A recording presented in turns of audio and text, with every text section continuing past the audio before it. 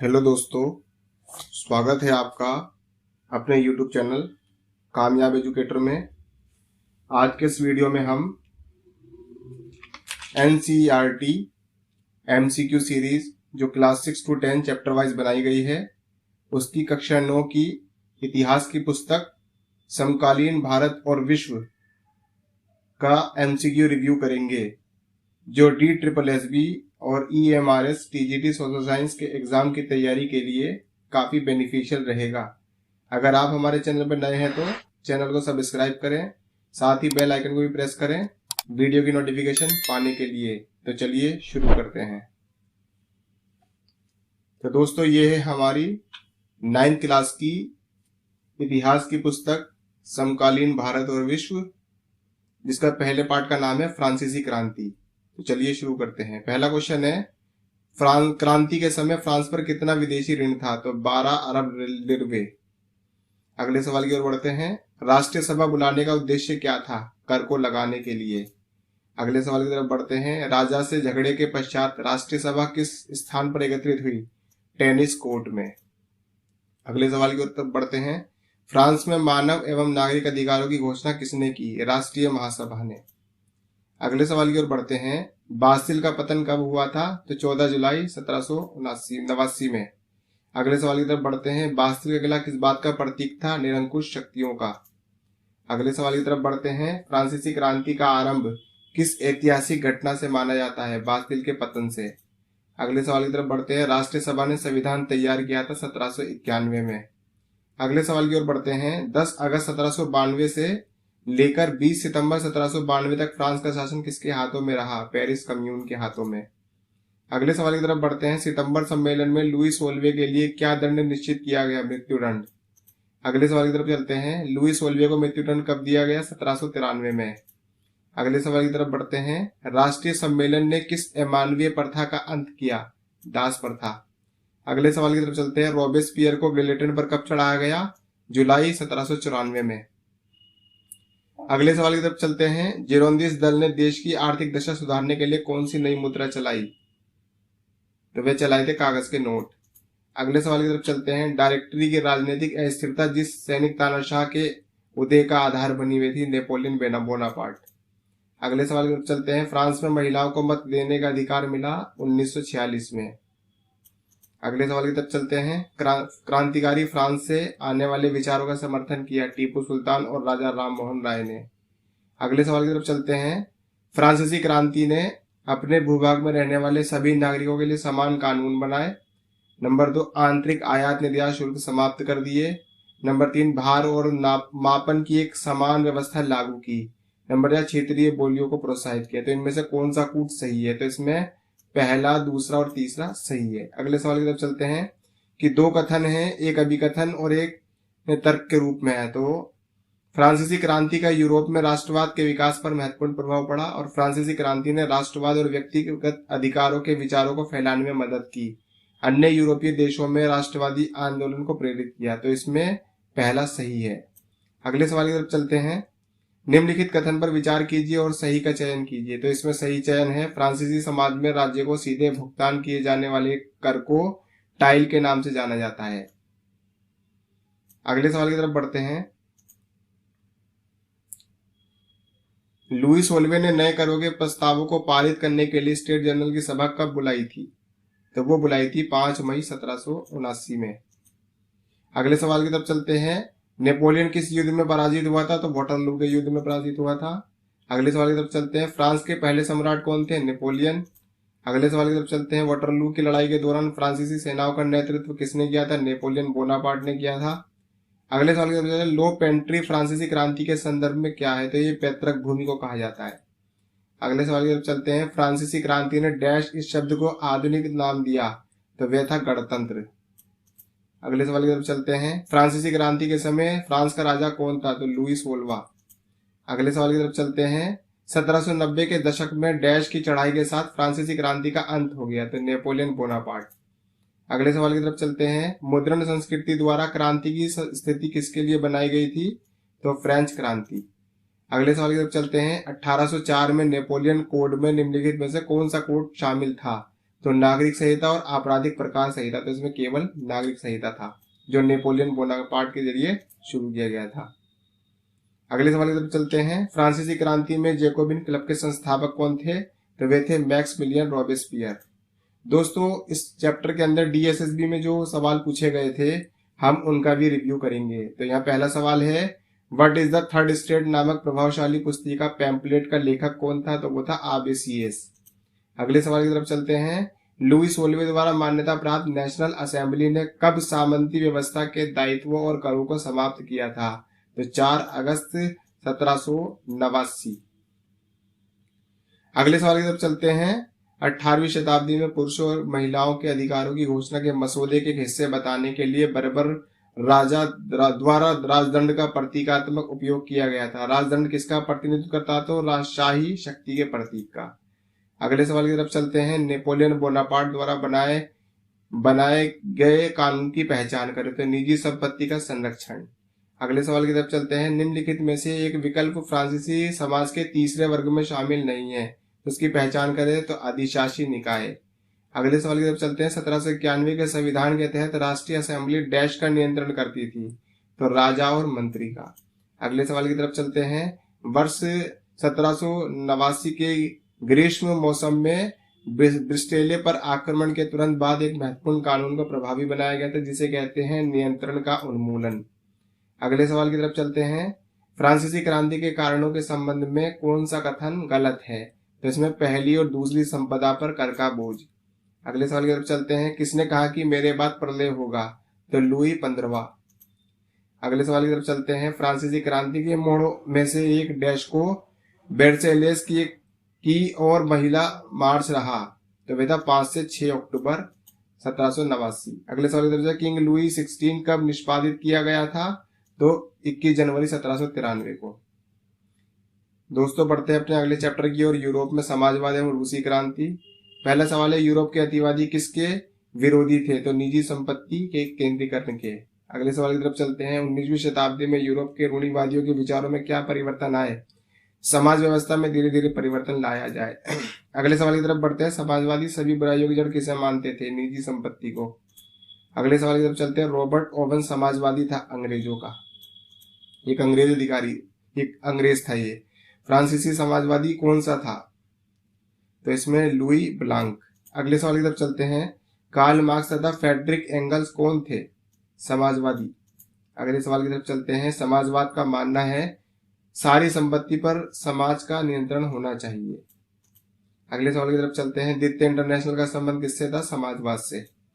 अगले सवाल की तरफ चलते हैं। रूसी साम्राज्य का प्रमुख धर्म क्या था? रूसी ऑर्थोडॉक्स चर्च। अगले सवाल की तरफ चलते हैं। क्रांति से पूर्व रूस की अधिकांश जनता का व्यवसाय था कृषि। अगले सवाल की तरफ चलते हैं। क्रांति से पूर्व रूस के सूती वस्त्र में उद्योग में हड़ताल हुई 1896-97 में। अगले सवाल की तरफ चलते हैं। 1914 से रूस में निम्नलिखित दल अवैध था? तो उपरोक्त सभी। अगले सवाल की तरफ चलते हैं। रूसी साम्राज्य में मुस्लिम धर्म सुधारक क्या कहलाते थे? जिंदिस्ट। अगले सवाल की तरफ चलते हैं। निम्नलिखित भिक्षु रूस की जरीना का सलाहकार था जिसे राजतंत्र को बदनाम किया? रासपुतीन। अगले सवाल की तरफ चलते हैं। पूंजीपति के लिए मजदूर की मुनाफा कमाता ये विचार दिया था कार्ल मार्क्स ने। अगले सवाल की तरफ चलते हैं। निम्नलिखित में से किसकी विचारधारा रूसी क्रांति लाने में सहायक सिद्ध हुई? तो कार्ल मार्क्स की। अगले सवाल की तरफ चलते हैं। 1917 की रूसी क्रांति का आरंभ कहाँ हुआ था? तो पेट्रिग्राड में। अगले सवाल की तरफ चलते हैं। 1917 की क्रांति का तत्कालिक कारण क्या था? प्रथम महायुद्ध में रूस की पराजय। अगले सवाल की तरफ चलते हैं। 1917 की रूसी क्रांति को जिस अन्य नाम से पुकारा जाता है वो है बोल्शेविक क्रांति। अगले सवाल की तरफ चलते हैं। रूस में लेनिन ने किस प्रकार के शासन की घोषणा की? मजदूरों, सिपाहियों और किसानों के प्रतिनिधियों की सरकार। अगले सवाल की तरफ चलते हैं। इनमें से रूस के जार निकोलस ने किस प्रकार की सरकार को अपनाया? तो वह लोकतंत्र। अगले सवाल की तरफ चलते हैं। मोनशेविकों का नेता कौन था? वो था अलेक्जेंडर केरेंस्की।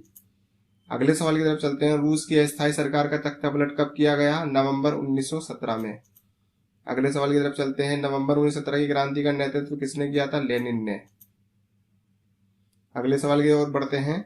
रूसी क्रांति का कौन सा परिणाम नहीं था? तो मोनशेविकों के प्रभाव में वृद्धि। अगले सवाल की ओर बढ़ते हैं। अक्टूबर 1917 की रूसी क्रांति के संदर्भ में दिए गए कथन कौन सा सही है? तो इसमें केवल पहला सही है। 16 अक्टूबर 17 को लेनिन ने पेट्रोग्राद सोवियत और बोल्शेविक पार्टी को सत्ता के लिए समाजवादी अधिग्रहण के लिए सहमत किया। अगले सवाल की तरफ बढ़ते हैं। गैर बोल्शेविकों के लिए अंततः लोकप्रिय समर्थन में कमी का कारण क्या है? तो निजी संपत्ति के समर्थकों द्वारा किसानों के साथ कठोर कदम। अगले सवाल की ओर बढ़ते हैं। बोल्शेविकों ने बोल्शेविक पार्टी का नाम क्या रखा था? रूसी कम्युनिस्ट पार्टी, बोल्शेविक। अगले सवाल की ओर बढ़ते हैं। 1917 की फरवरी क्रांति में किस घटना ने एक महत्वपूर्ण मोड़ दिया? तो वह था श्रम बल में महिला कार्यकर्ताओं की शक्ति का प्रदर्शन। अगले सवाल की ओर बढ़ते हैं। व्लादिमीर लेनिन ने अपने अप्रैल थीसिस में क्या प्रस्तावित किया था? कि युद्ध को समाप्त किया जाए, भूमि को किसानों का हस्तांतरित किया जाए और बैंकों का राष्ट्रीयकरण किया जाए। अगले सवाल की ओर बढ़ते हैं। विश्व के एकजुट मजदूरों का नारा किसने दिया था? रूसी क्रांति ने। अगले सवाल की ओर बढ़ते हैं। सोवियत संघ का विघटन कब हुआ था? 1991 में। अगले सवाल की ओर बढ़ते हैं। मार्क्सवाद का मुख्य समर्थक किसे माना जाता है? कार्ल मार्क्स को। अगले सवाल की ओर बढ़ते हैं। निम्नलिखित में से कौन सा देश पूर्व सोवियत संघ का हिस्सा नहीं था? फिनलैंड। अगले सवाल की ओर बढ़ते हैं। रूसी क्रांति के जनक कौन थे? लेनिन। अगले सवाल की ओर बढ़ते हैं। किस वर्ष को खूनी रविवार के रूप में जाना जाता है? तो 1905 को। अगले सवाल की ओर बढ़ते हैं। रूसी संसद ने सोवियत संघ से अपनी स्वतंत्रता की घोषणा कब की थी? 1990 में। अगले सवाल की ओर बढ़ते हैं। सामाजिक, आर्थिक और राजनीतिक न्याय की अवधारणा किस क्रांति से ली गई? रूसी क्रांति से। अगले सवाल की ओर बढ़ते हैं। रूस की क्रांति में सफरगेट आंदोलन से आप क्या समझते हैं? तो महिलाओं को मताधिकार प्रदान करने वाला आंदोलन। तो दोस्तों, DSSS परीक्षा में जो सवाल पूछे गए थे अब हम उनका रिव्यू करेंगे। पहला प्रश्न है। 22 फरवरी 17 को नदी नेवा के दाहिने किनारे पर स्थित कारखाने में लुकआउट हुआ। अगले दिन अन्य कारखानों के श्रमिकों ने सहानुभूति में हड़ताल की घोषणा की। इस दिन को क्या कहा गया? तो इसको अंतर्राष्ट्रीय महिला दिवस। अगले सवाल की ओर बढ़ते हैं। अक्टूबर 17 में सत्ता के समाजवादी अधिग्रहण को व्यवस्थित करने के लिए सोवियत द्वारा सैन्य क्रांतिकारी समिति की अध्यक्षता किसने की थी? तो ये की थी लियोन ट्रोट्स्की ने। अगले सवाल की ओर बढ़ते हैं। राजनीतिक सहयोगियों के विरोध के बावजूद बोल्शेविक ने मार्च 1918 में जर्मनी के साथ शांति संधि कहाँ की थी? तो ब्रेस्ट लिटोवस्क में। अगले सवाल की ओर बढ़ते हैं। उस सामूहिक खेती के नाम की पहचान करें जिसमें किसानों को 1929 में स्टालिन के सामूहिकीकरण कार्यक्रम के तहत खेती करने के लिए मजबूर किया था। तो वह था कोलहोज। अगले सवाल की ओर बढ़ते हैं। रूसी क्रांति से प्रेरित एक भारतीय SD विद्यालंकर द्वारा कौन सी पुस्तक लिखी गई थी? The rebirth of Russia. अगले सवाल की ओर बढ़ते हैं। निम्नलिखित कथन किसने कहा? श्रमिकों से संबंधित सभी जगह यहाँ जनता को कम से कम सज्जनों द्वारा निष्पक्ष नहीं किया जाता है। जो लोग अब तक जमाने से पृष्ठभूमि में रहते थे वे आज खुले में सामने आ गए हैं। मैंने अपने देश के किसानों और श्रमिकों के बारे में सोचा। तो ये कहा था रविंद्रनाथ टैगोर ने। अगले सवाल की ओर बढ़ते हैं। वर्साई की संधि के साथ जर्मनी ने अपनी उपनिवेश जनसंख्या सेना के साथ साथ अपने लोहे और कोयले को भी खो दिया। इसने अपने सहयोगियों को कितना प्रतिशत लोहा खो दिया? तो 75%। अगले सवाल की ओर बढ़ते हैं। वीमर गणराज्य ने एक विद्रोह को कुचल दिया जिसने शासन की सोवियत शैली की मांग की। इस विद्रोह का प्रयास युद्ध के दिग्गजों की मदद से किया गया था। कुचले गए संगठन की पहचान करें। तो वह मुक्त वाहिनी। अगले सवाल की ओर बढ़ते हैं। जापानी नौसेना ने रूसी जहाजी बेड़े को वर्ष में पराजित किया? 1905 में। अगले सवाल की ओर बढ़ते हैं। रूस की क्रांति में सफरगेट आंदोलन से आप क्या समझते हैं? तो महिलाओं को मताधिकार प्रदान करने वाला आंदोलन। अगले सवाल की ओर बढ़ते हैं। 1914 में रूस में प्रमुख धर्म कौन सा था? तो रूस रूढ़िवादी ईसाई धर्म। अगले सवाल की ओर बढ़ते हैं। वर्ष 1914 से पहले रूस की राजनीतिक पार्टियों के संबंध में निम्नलिखित में से कौन सा कथन सही है? तो इसमें सभी राजनीतिक पार्टियां अवैध थी। अगले सवाल की ओर बढ़ते हैं। खूनी रविवार ब्लडी संडे से जुड़े व्यक्ति अथवा स्थान की पहचान करें। तो वे थे फादर जियोर्जी ओपोलोनोविच गेपोन। अगले सवाल की ओर बढ़ते हैं। रूस में सोशलिस्ट पार्टी 2 भागों में बटी हुई थी जिन्हें इस नाम से जाना जाता है। तो वह बोल्शेविक समूह और मोल्शेविक समूह। अगले सवाल की ओर बढ़ते हैं। नवंबर अपराधी किन्हें कहा जाता है? तो वह वाइमर रिपब्लिक को। अगले सवाल की ओर बढ़ते हैं। निम्नलिखित में से कौन सा 1917 की रूसी क्रांति का कारण नहीं था? तो चीन से रूस की हार। अगले सवाल की ओर बढ़ते हैं। 1917 में रूस की फरवरी क्रांति की कौन सी घटना सही है? तो इसमें दिए गए विकल्प सारे सही हैं। अगले सवाल की ओर बढ़ते हैं। 15 मार्च 1917 को एक अंतरिम सरकार की गठन की घोषणा किसने की? वह ड्यूमा ने की थी। अगले सवाल की ओर बढ़ते हैं।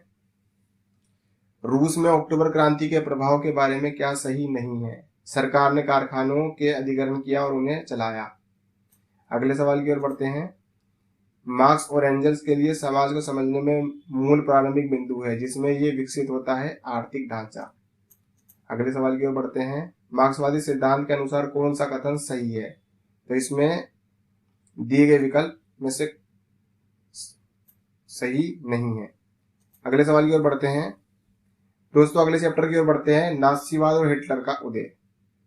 तो पहला प्रश्न है, 9 नवंबर 1918 से पहले जर्मनी का सम्राट कौन था? वो था फ्रेडरिक एबर्ट।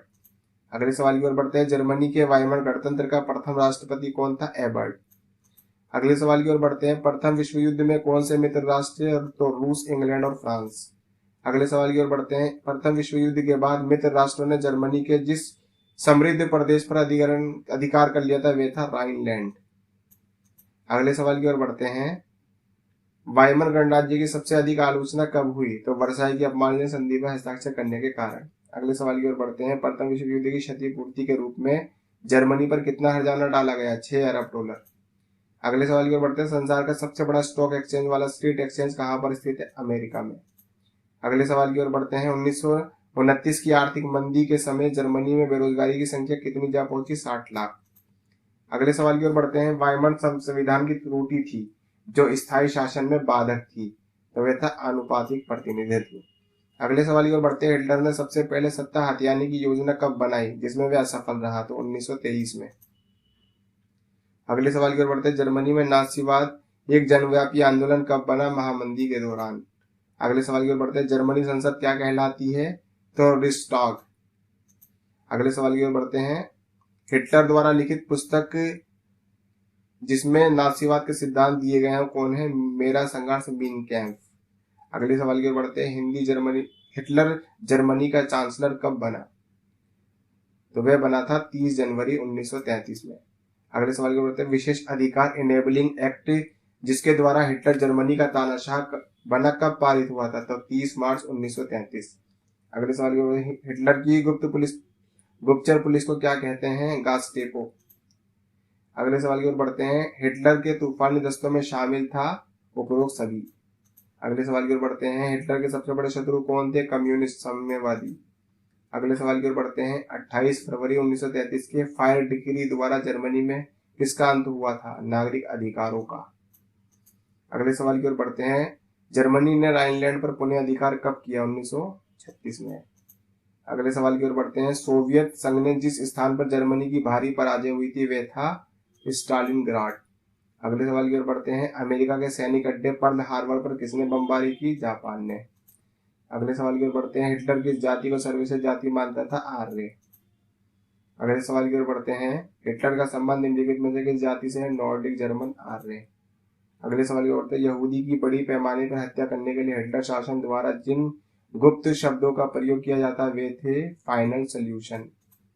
अगले सवाल की ओर बढ़ते हैं। नाजी जर्मनी में निम्नलिखित लोगों को घटिया या अवांछित माना जाता था? यहूदी या जिप्सी।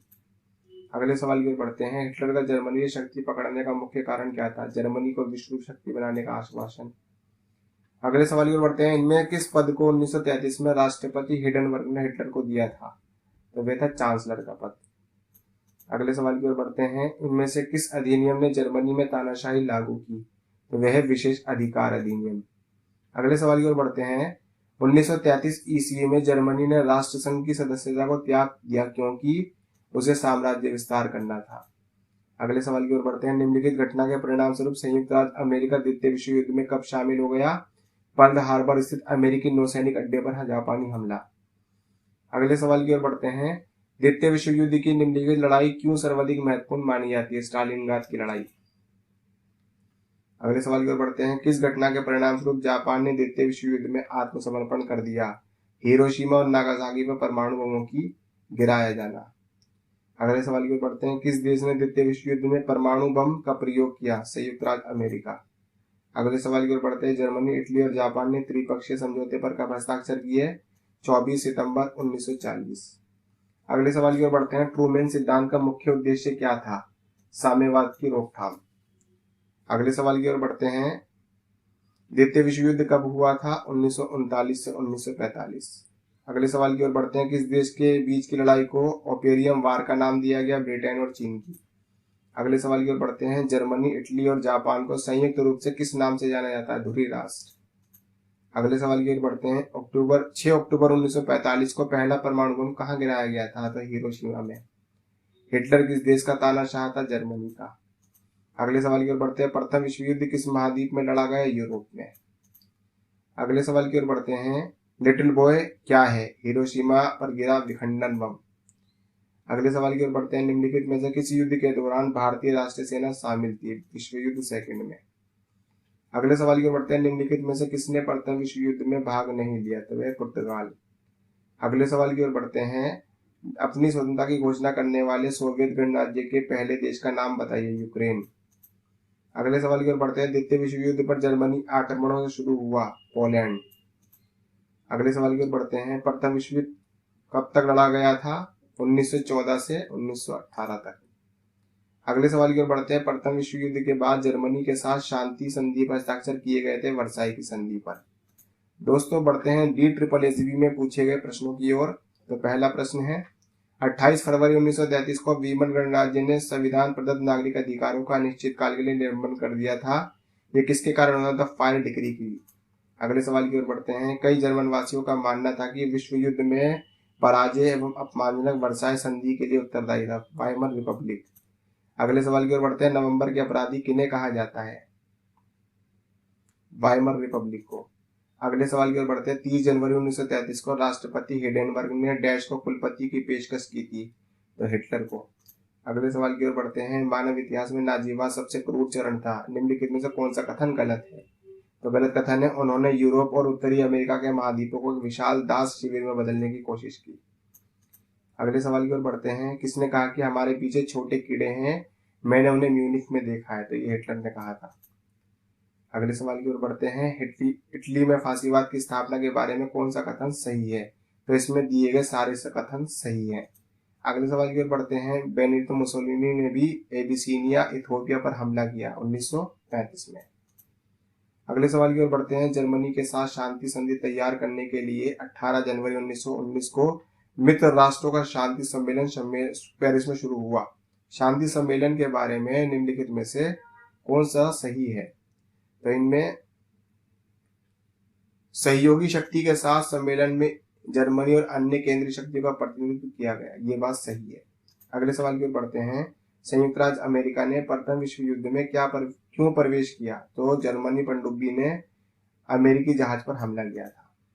अगले सवाल की ओर बढ़ते हैं। पूरे पश्चिमी यूरोप को लगभग जीतने के बाद जर्मनी ने ब्रिटेन पर आक्रमण की योजना बनाई। ब्रिटेन की लड़ाई के बारे में कौन सा कथन सही है? तो इसमें दिए गए सारे विकल्प सही है। अगला सवाल है। सोवियत जर्मन गैर आक्रामक समझौते पर हस्ताक्षर किए गए थे? तो वो किए गए थे 23 सितंबर 1939 को। तो दोस्तों बढ़ते हैं अपने अगले प्रश्न की ओर, अगले चैप्टर की ओर, जिसका नाम है वन्य समाज एवं उपनिवेशवाद। पहला प्रश्न है। तेंदुए के पत्तों का प्रयोग किस काम के लिए किया था? बीड़ी बनाने के। अगले सवाल की ओर बढ़ते हैं। चॉकलेट में प्रयोग होने वाला तेल किससे प्राप्त होता है? साल के बीजों से। अगले सवाल की ओर बढ़ते हैं। इनमें से वाणिज्यिक या नगदी फसल कौन सी है? तो वह उपरोक्त सभी। अगले सवाल की ओर बढ़ते हैं। कृषि भूमि के विस्तार का क्या बुरा परिणाम है? वनों का विनाश। अगले सवाल की ओर बढ़ते हैं। 19वीं शताब्दी में इंग्लैंड के रॉयल नेवी के लिए जलयान निर्माण की समस्या उत्पन्न होने का कारण क्या था? अनेक वनों में कमी। अगले सवाल की ओर बढ़ते हैं। 1850 के दशक में रेलवे के स्लीपर किससे बनाए गए थे? सीमेंट से। अगले सवाल की ओर बढ़ते हैं। चाय और कॉफी के बागान कैसे लगाए गए? वनों को साफ करके। अगले सवाल की ओर बढ़ते हैं। अंग्रेजों के लिए भारत में रेलवे का विस्तार करना क्यों जरूरी है? अपने औपनिवेशिक व्यापार के लिए। अगले सवाल की ओर बढ़ते हैं। भारत में वनों का सबसे पहला इंस्पेक्टर जनरल कौन था? तो जर्मनी का डिट्रिक बेंट्रिच। अगले सवाल की तरफ बढ़ते हैं। भारतीय वन सेवा की स्थापना कब हुई थी? 1860 में। अगले सवाल की ओर बढ़ते हैं। भारतीय वन अधिनियम कब बना था? 1865 में। अगले सवाल की ओर बढ़ते हैं। 1906 में इंपीरियल फॉरेस्ट रिसर्च इंस्टीट्यूट की स्थापना कहाँ हुई थी? देहरादून में। अगले सवाल की ओर बढ़ते हैं। देहरादून की इंपीरियल फॉरेस्ट इंस्टीट्यूट में जिस वन्य प्राणी प्रणाली का अध्ययन कराया जाता था वे कहलाता था बागान वानिकी। अगले सवाल की ओर बढ़ते हैं। 1865 के वन अधिनियम में संशोधन कब हुआ? तो ये हुआ था इनमें से किसी भी डेट में नहीं। अगले सवाल की ओर बढ़ते हैं, सबसे अच्छे वन क्या कहलाते हैं? आरक्षित वन।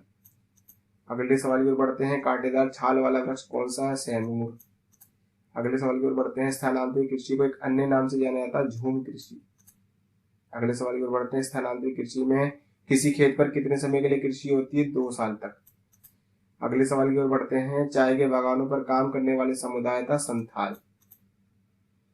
अगले सवाल की ओर बढ़ते हैं, संथाल परगना में ब्रिटिश प्रशासन के विरुद्ध विद्रोह करने वाले वन समुदाय का नेता कौन था? सिद्धू। अगले सवाल की ओर बढ़ते हैं, बिरसा मुंडा ने जिस क्षेत्र में वन समुदाय के विद्रोह का नेतृत्व किया था वे था छोटा नागपुर। अगले सवाल की ओर बढ़ते हैं, बस्तर में ब्रिटिश शासन के विरुद्ध विद्रोह का कौन नेता था? तो गुंडा ध्रुव। अगले सवाल की ओर बढ़ते हैं, जावा का कौन सा समुदाय वन काटने में कुशल था? कलांग। तो दोस्तों बढ़ते हैं अपने अगले चैप्टर की ओर, आधुनिक विश्व में चरवाहे। पहला प्रश्न है, गुज्जर बकरवाल समुदाय के लोग कहाँ रहते थे? तो ये हैं जम्मू कश्मीर में। अगले सवाल की ओर बढ़ते हैं, गुज्जर बकरवाल समुदाय के लोग गर्मी में कहाँ रहते थे? कश्मीर घाटी। अगले सवाल की ओर बढ़ते हैं, सर्दी में गुज्जर बकरवाल समुदाय के लोग कहाँ चले जाते हैं? शिवालिक की पहाड़ियों पर। अगले सवाल की ओर बढ़ते हैं, गुज्जर बकरवाल समुदाय के लोग किस तरह के जानवरों को पालते हैं? भेड़ बकरियां। अगले सवाल की ओर बढ़ते हैं, हिमाचल प्रदेश में किस प्रकार के समुदाय के लोग रहते हैं? गद्दी। अगले सवाल की ओर बढ़ते हैं, गद्दी समुदाय के लोग सर्दी के मौसम में अपना समय कहाँ पर व्यतीत करते थे? लाहौल की स्पीसी। अगले सवाल की ओर बढ़ते हैं, गढ़वाल और कुमायूं के गुज्जर चरवाहे सर्दियों में कहाँ जाते थे? भाबर। अगले सवाल की ओर बढ़ते हैं, गढ़वाल और कुमायूं के गुज्जर चरवाहे गर्मियों में अपने पशुओं को लेकर किस स्थान पर जाते थे? बुगियाल। अगले सवाल की ओर बढ़ते हैं, हिमाचल प्रदेश में कौन सा चरवाहा समुदाय रहता है? तो वह इनमें उपरोक्त सभी। अगले सवाल की ओर बढ़ते हैं, चरवाहा कहाँ रहते हैं? तो उपरोक्त सभी। अगले सवाल की ओर बढ़ते हैं, धंगर जाना माना चरवाहा समुदाय कहाँ पर था? महाराष्ट्र में। अगले सवाल की ओर बढ़ते हैं, धंगर कोंकण में किस महीने में पहुंचते थे? नवंबर में। अगले सवाल की ओर बढ़ते हैं, गोल्डा समुदाय के लोग कहाँ पर रहते थे? कर्नाटक में। अगले सवाल की ओर बढ़ते हैं, रायका समुदाय के लोग किस राज्य में रहते थे? तो वे राजस्थान में। अगले सवाल की ओर बढ़ते हैं, रायका समुदाय के लोग ज्यादातर किस पशु को पालते थे? तो वे थे ऊंट। अगले सवाल की ओर बढ़ते हैं, औपनिवेशिक सरकार ने अपराधी जनजातीय अधिनियम कब पारित किया था? 1871 में। अगले सवाल की ओर बढ़ते हैं, 1917 ईस्वी के बाद चरवाहों ने कौन सी नदी पर रोक लगा दी? सिंधु। अगले सवाल की ओर बढ़ते हैं, अफ्रीका में कौन सा समुदाय है? सभी। उपरोक्त सभी। अगले सवाल की ओर बढ़ते हैं, उत्तरी कीनिया से तंजानिया के घास मैदानों को किस नाम से जाना जाता है? मसाई लैंड। अगले सवाल की ओर बढ़ते हैं, मसाई लैंड के 2 बराबर हिस्से कब बनाए गए? 1885 में। अगले सवाल की ओर बढ़ते हैं, सेरेंगेटी नेशनल पार्क किस देश में है? अफ्रीका में। अगले सवाल की ओर बढ़ते हैं, मसाई समाज कितनी श्रेणियों में बटा है? 2। अगले सवाल की ओर बढ़ते हैं, वरिष्ठ जन का मसाई समुदाय में क्या कार्य रहता है? विचार विमर्श का। अगले सवाल की ओर बढ़ते हैं, कबीले की सुरक्षा और लड़ाई का कार्य मसाई समुदाय में किसका था? योद्धाओं का। अगले सवाल की ओर बढ़ते हैं, दुनिया की आधी से अधिक चरवाहा आबादी कहाँ रहती थी? अफ्रीका में। अगले सवाल की जो हमारा अंतिम सवाल है, सरकार ने अपने करिंदों के माध्यम से सीधे चरवाहों से कर वसूलना कब आरंभ किया? 1880 में। तो दोस्तों ये था हमारा एनसीईआरटी क्लास 9 की इतिहास की पुस्तक समकालीन भारत और विश्व का एमसीक्यू रिव्यू। ऐसी ही और भी एनसीईआरटी एमसीक्यू सीरीज की अगर आप लेटेस्ट वीडियो देखना चाहते हैं तो हमारे चैनल को लाइक करें, शेयर करें। अगर आप हमारे चैनल पर नए हैं तो सब्सक्राइब करें, साथ ही बेल आइकन को भी प्रेस करें ताकि वीडियो की नोटिफिकेशन आपको मिलती रहे। तब तक मिलते हैं अगले वीडियो में। धन्यवाद।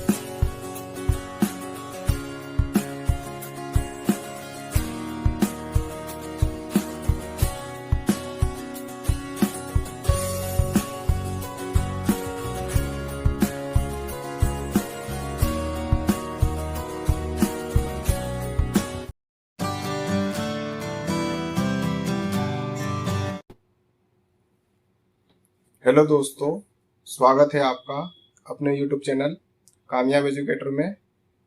आज की इस वीडियो में हम एनसीईआरटी एमसीक्यू सीरीज जो क्लास 6 to 10 चैप्टर वाइज बनाई गई है उसकी कक्षा 9 की पुस्तक, भूगोल की पुस्तक समकालीन भारत का MCQ करेंगे, जो DSSB और EMRS के TGT सोशल साइंस के एग्जाम की तैयारी के लिए काफ़ी बेनिफिशियल रहेगा। अगर आप हमारे चैनल पर नए हैं तो चैनल को सब्सक्राइब करें, साथ ही बेल आइकन को भी प्रेस करें वीडियो की नोटिफिकेशन पाने के लिए। तो चलिए शुरू करते हैं। तो दोस्तों, ये है हमारी NCERT भूगोल की पुस्तक, जिसका पहले चैप्टर का नाम है भारत आकार और स्थिति। पहला प्रश्न है, अक्षांशीय दृष्टि से भारत कहाँ पर स्थित है? तो उत्तरी गोलार्ध में। अगले सवाल की ओर बढ़ते हैं, भारत का सबसे दक्षिणी सिरा कौन सा है? तो वह इंदिरा पॉइंट। अगले प्रश्न की ओर बढ़ते हैं, भारत का कुल क्षेत्रफल है 32.8 लाख वर्ग किलोमीटर। अगले प्रश्न की ओर बढ़ते हैं, क्षेत्रफल की दृष्टि से भारत का विश्व में कौन सा स्थान है? तो वह 7वां। अगले प्रश्न की ओर बढ़ते हैं, भारतीय भूभाग एशिया महाद्वीप के किस भाग में स्थित है? तो दक्षिणी। अगले प्रश्न की ओर बढ़ते हैं, उस राज्य का नाम बताओ जो अंतरराष्ट्रीय सीमा और समुद्र को स्पर्श नहीं करती। मध्य प्रदेश। अगले प्रश्न की ओर बढ़ते हैं, भारत के दक्षिण में स्थित द्वीपीय देश कौन सा है? तो वह है मालदीव। अगले प्रश्न की ओर बढ़ते हैं, सुएज नहर कब बनी थी? तो 1869 ईस्वी में। अगले प्रश्न की ओर बढ़ते हैं, मिजोरम की राजधानी कौन सी है? तो वह है आइजोल। अगले प्रश्न की ओर बढ़ते हैं, क्षेत्रफल के आधार पर भारत का सबसे छोटा राज्य कौन सा है? तो वह गोवा। अगले प्रश्न की ओर बढ़ते हैं, क्षेत्रफल के आधार पर भारत का सबसे बड़ा राज्य कौन सा है? वह है राजस्थान। अगले प्रश्न की ओर बढ़ते हैं, 1869 ईस्वी में सुएज नहर के खुलने से भारत और यूरोप के बीच कितनी दूरी कम हुई? 7000 किलोमीटर। अगले प्रश्न की ओर बढ़ते हैं, उत्तर से दक्षिण तक भारत के मुख्य भूभाग की लंबाई कितनी है? तो 3214 किलोमीटर। अगले प्रश्न की ओर बढ़ते हैं, प्राचीन काल में भारत से विभिन्न देशों से क्या क्या ले जाया जा सकता था? तो उपरोक्त सभी। अगले प्रश्न की ओर बढ़ते हैं, लक्षद्वीप समूह के दक्षिण में कौन सा द्वीपीय देश स्थित है? तो मालदीव। अगले प्रश्न की ओर बढ़ते हैं, बंगाल की खाड़ी में कौन सा द्वीप समूह स्थित है? तो अंडमान निकोबार। अगले प्रश्न की ओर बढ़ते हैं, कर्क रेखा भारत के किस राज्य से गुजरती है? राजस्थान। अगले प्रश्न की ओर बढ़ते हैं, भारत और श्रीलंका को अलग करने वाली जल संधि कौन सी है? तो वह पाक जल संधि। अगले प्रश्न की ओर बढ़ते हैं, भारत का क्षेत्रफल विश्व के कुल भौगोलिक क्षेत्रफल का कितने प्रतिशत है? तो 2.4%। तो दोस्तों, बढ़ते हैं अपने अगले चैप्टर की ओर, भारत का भौतिक स्वरूप। पहला प्रश्न है, प्लेट विवर्तनी के सिद्धांत से पृथ्वी की ऊपरी परपटी कैसी बनी है? तो 7 बड़ी और कुछ छोटी प्लेटों से। अगले प्रश्न की ओर बढ़ते हैं, पृथ्वी की प्लेटों के अंदर तथा ऊपर स्थित महाद्वीपीय शैलों में दबाव किस कारण उत्पन्न होता है? प्लेटों की स्थिति के कारण। अगले प्रश्न की ओर बढ़ते हैं, महाद्वीपीय शैलों में दबाव उत्पन्न होने के क्या परिणाम हैं? तो उपरोक्त सभी। अगले प्रश्न की ओर बढ़ते हैं, भूपरपटी की प्लेटों की गतियों से किसका निर्माण होता है? उपरोक्त सभी। अगले प्रश्न की ओर बढ़ते हैं, भारत में पृथ्वी की सतह का सबसे प्राचीन भाग कौन सा है? तो प्रायद्वीपीय पठार। अगले प्रश्न की ओर बढ़ते हैं, निम्नलिखित में से कौन सा गोंडवाना भूमि का हिस्सा नहीं था? तो वह उत्तरी अमेरिका। अगले प्रश्न की ओर बढ़ते हैं, भारत की उत्तरी सीमा पर कौन सी श्रृंखला है? तो वह हिमालय। अगले प्रश्न की ओर बढ़ते हैं, विश्व की सबसे ऊंची पर्वत श्रेणी कौन सी है? तो वह हिमालय। अगले प्रश्न की ओर बढ़ते हैं, भारत में हिमालय का सबसे ऊंचा शिखर कौन सा है? तो वह कंचनजुंगा। अगले प्रश्न की ओर बढ़ते हैं, हिमालय की सबसे बाहरी श्रृंखला क्या कहलाती है? तो शिवालिक। अगले प्रश्न की ओर बढ़ते हैं, हिमालय की सबसे उत्तरी और ऊंची श्रृंखला कौन सी है? तो वह हिमाद्री। अगले प्रश्न की ओर बढ़ते हैं, निम्नलिखित में से किसका निर्माण संपीड़ित तथा पीड़ित शैलों से हुआ है? तो वह हिमाचल का। अगले प्रश्न की ओर बढ़ते हैं, सतलुज और काली नदियों के बीच का हिमालय का भाग किस नाम से जाना जाता है? तो वह कुमायूं हिमालय। अगले प्रश्न की ओर बढ़ते हैं, पूर्वांचल की पहाड़ियां कौन सी है? तो उपरोक्त सभी। अगले सवाल की ओर बढ़ते हैं, उत्तरी मैदान का निर्माण किस नदी द्वारा बहाकर लाई गई मिट्टी से हुआ है? तो उपरोक्त सभी। अगले प्रश्न की ओर बढ़ते हैं, भारत का अत्यधिक उत्पादक क्षेत्र कौन सा है? तो वह उत्तरी मैदान। अगले प्रश्न की ओर बढ़ते हैं, बाढ़ वाले मैदान तथा युवन निक्षेप क्या कहलाते हैं? खादर। अगले प्रश्न की ओर बढ़ते हैं, पश्चिमी घाट का सबसे ऊंचा शिखर कौन सा है? तो वह अनाईमुड़ी। अगले प्रश्न की ओर बढ़ते हैं, प्रायद्वीपीय पठार की मृदा किस प्रकार की होती है? तो वह काली। अगले प्रश्न की ओर बढ़ते हैं, दक्कन ट्रैप किस नाम से जाना जाता है? प्रायद्वीपीय पठार के नाम से। अगले प्रश्न की ओर चलते हैं, लूनी नदी कहाँ की सबसे बड़ी नदी है? तो वह भारतीय मरुस्थल की। अगले प्रश्न की ओर बढ़ते हैं, पश्चिमी तटीय मैदान का उत्तरी भाग क्या कहलाता है? तो वह कहलाता है कोंकण। अगले प्रश्न की ओर बढ़ते हैं। मालाबार तट पश्चिमी तटीय मैदान का कौन सा भाग है? तो वह दक्षिणी। अगले प्रश्न की ओर बढ़ते हैं। महानदी गोदावरी, कृष्णा और कावेरी कहाँ की सबसे बड़ी नदियां हैं? तो वह तटीय मैदान की। अगले प्रश्न की ओर बढ़ते हैं। किस राज्य में चिल्का झील स्थित है? तो वह उड़ीसा में। अगले प्रश्न की ओर पढ़ते हैं। लक्षद्वीप, मिनिकॉय और एमिन द्वीप किसके भाग माने जाते हैं? तो लक्षद्वीप समूह के। अगले प्रश्न की ओर बढ़ते हैं। लक्षद्वीप का प्रशासनिक मुख्यालय कहाँ पर है? तो वो है कवारात्ती में।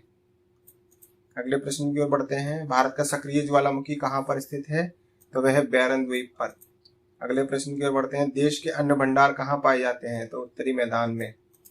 अगले प्रश्न की ओर बढ़ते हैं। पूर्वी तटीय मैदान का उत्तरी भाग क्या कहलाता है? उत्तरी सरकार।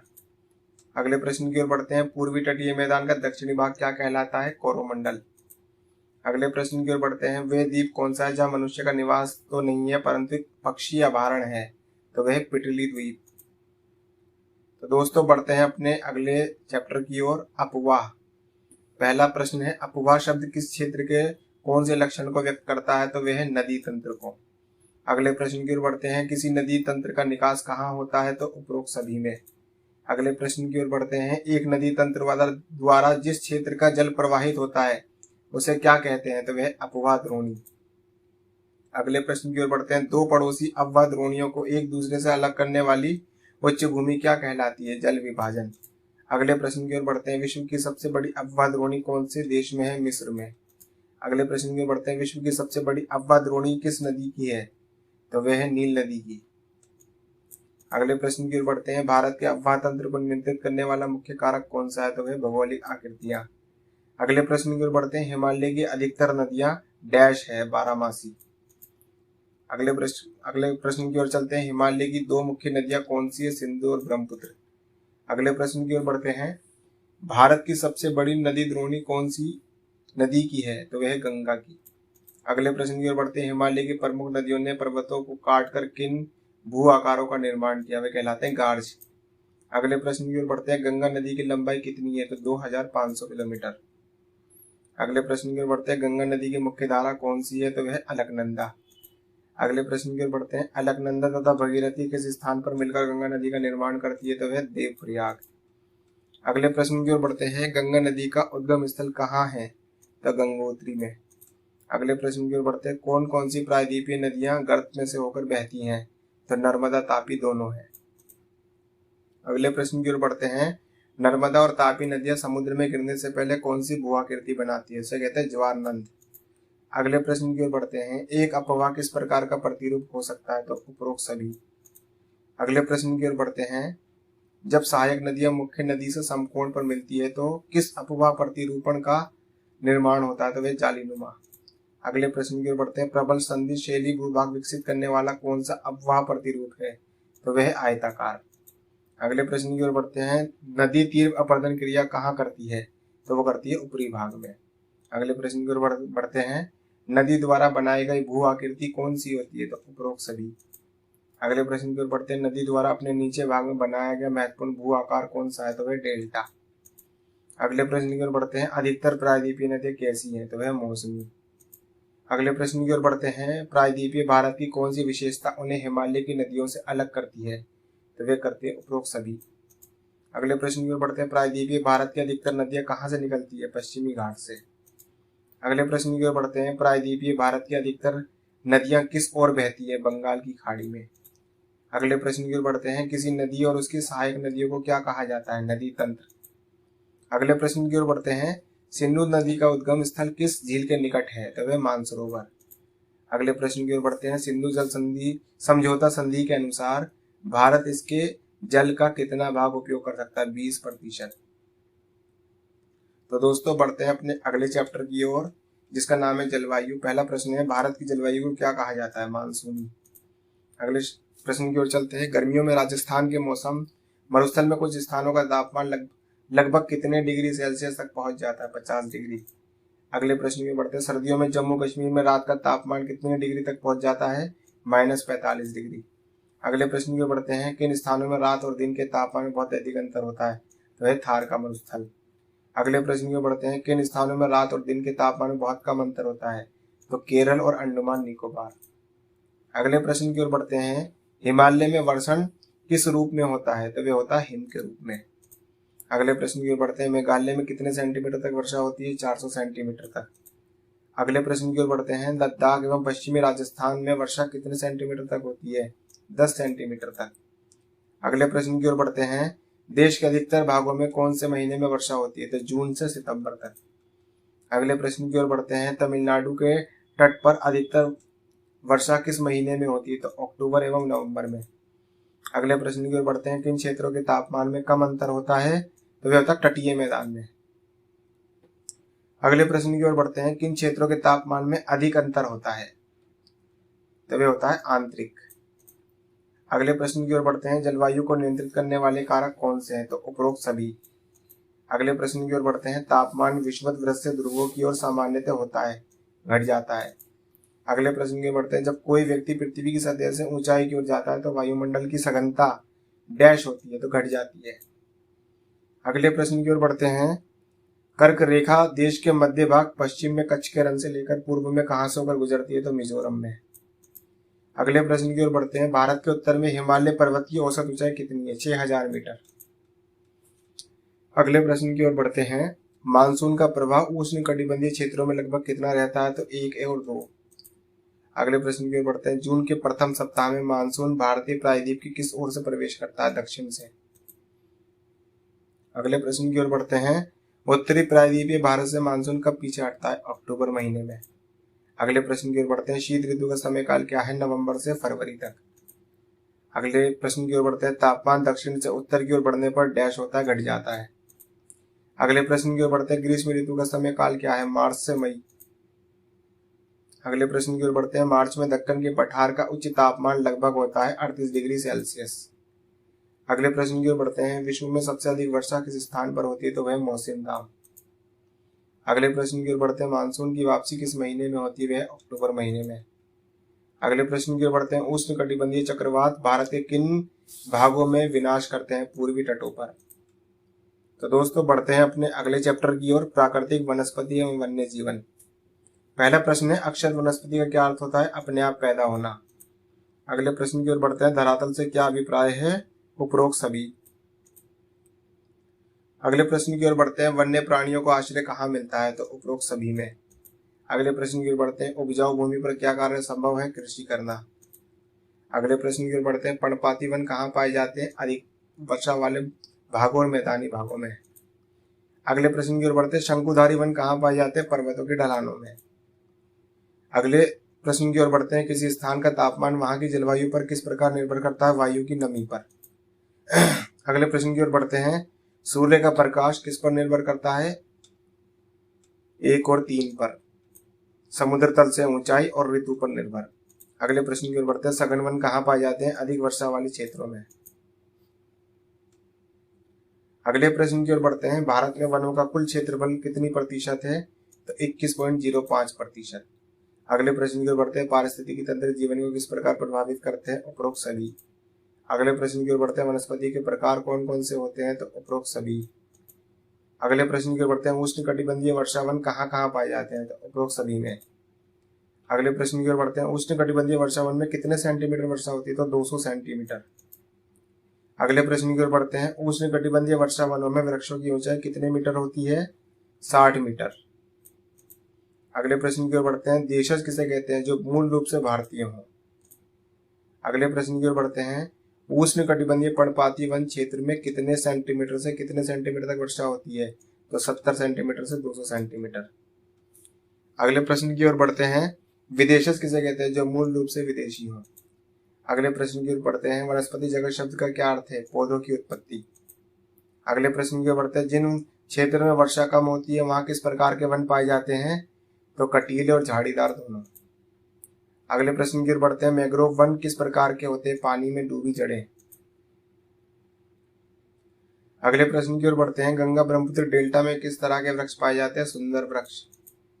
अगले प्रश्न की ओर बढ़ते हैं। भारत में मछलियों की कुल कितनी प्रजातियां पाई जाती है? 2546। अगले प्रश्न की ओर बढ़ते हैं। पादप उद्यानों के लिए वित्तीय सहायता योजना कब बनाई गई? 1992 में। अगले प्रश्न की ओर बढ़ते हैं। जीव संपत्ति की रक्षा के लिए कितने नेशनल पार्क बनाए गए हैं? तो 89।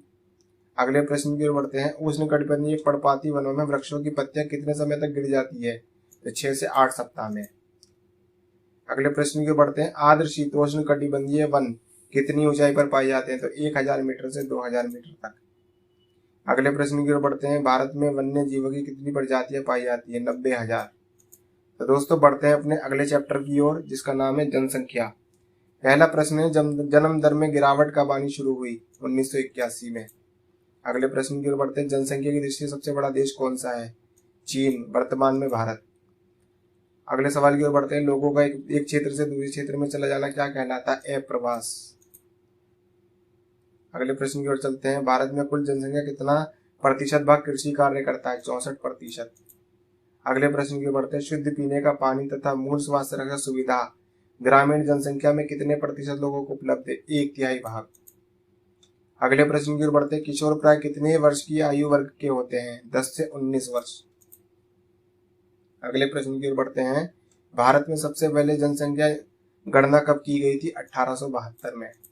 अगले प्रश्न की ओर बढ़ते हैं। मार्च 2001 तक भारत की जनसंख्या कितनी थी? 10,280 लाख।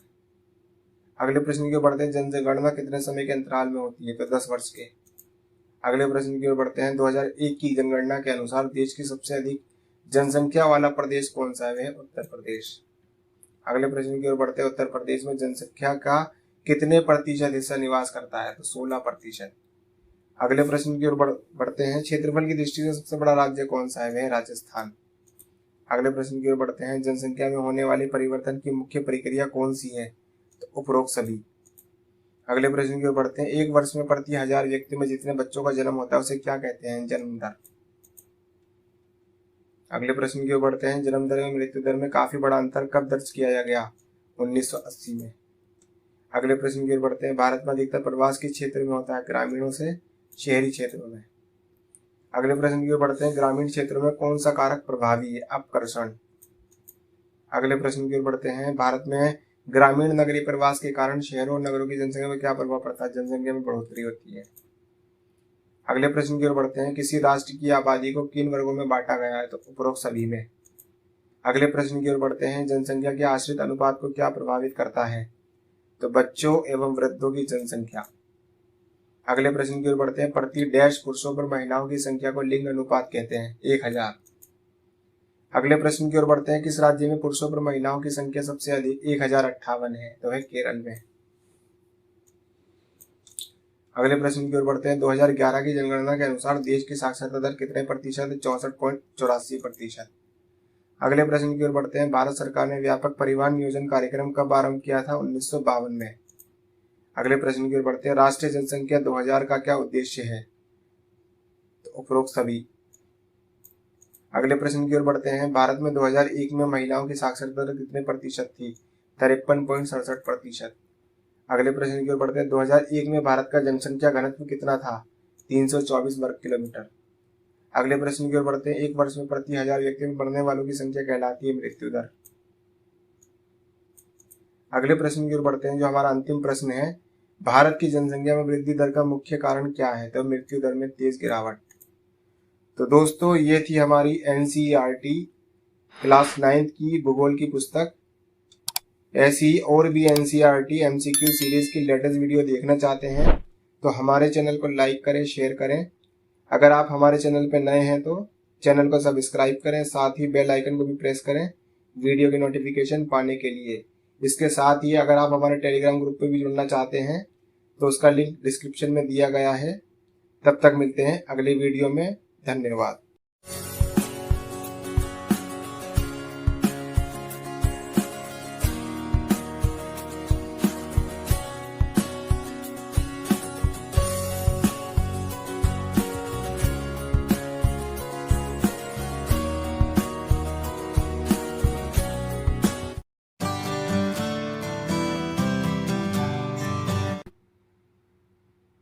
हेलो दोस्तों, स्वागत है आपका अपने YouTube चैनल कामयाब एजुकेटर में।